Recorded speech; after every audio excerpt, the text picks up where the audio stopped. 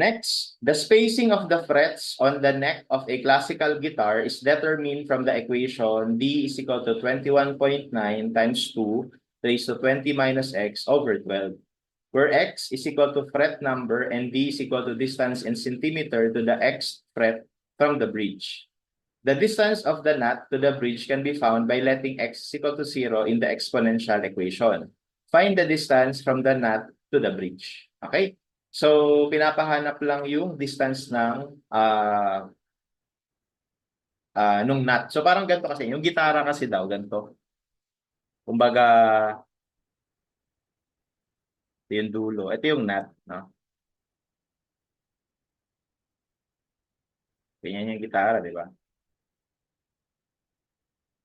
Ito yung mga strings niya nandiyan. Okay, so, yan. Tapos, yung bridge, ito yun. Okay, so di ba dito meron dito ang opening, no? And then let's say siya. Yan. Okay?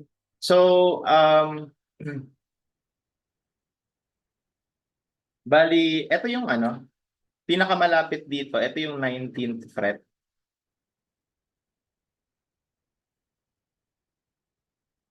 Okay? Tapos, and so on. So, may katabi yan dyan, may katabi. So, anyway, kumbaga, yung sinasabi niya, yun yung X fret.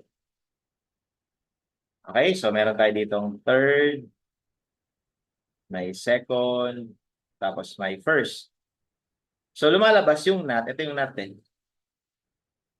No, kahit hindi niya to banggitin, no, ito kasi kahit hindi niya yung banggitin, part na to, kahit wala yan, no, we can figure out na yung knot, siya yung x is equal to 0.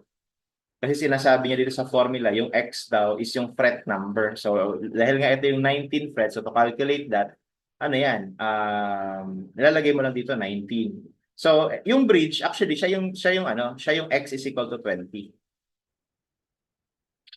Okay, so parang gano'n, no? So siya yung x is equal to 20. Parang gano'n, no? Hindi pala. Yung x is equal to 20 is meron pa yan ditong isa pa, no?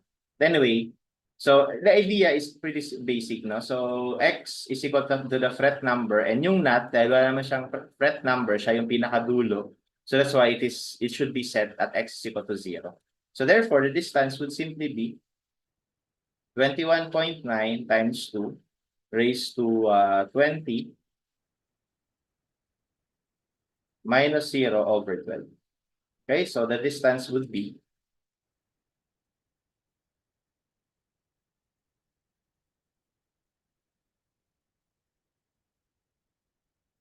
69.53.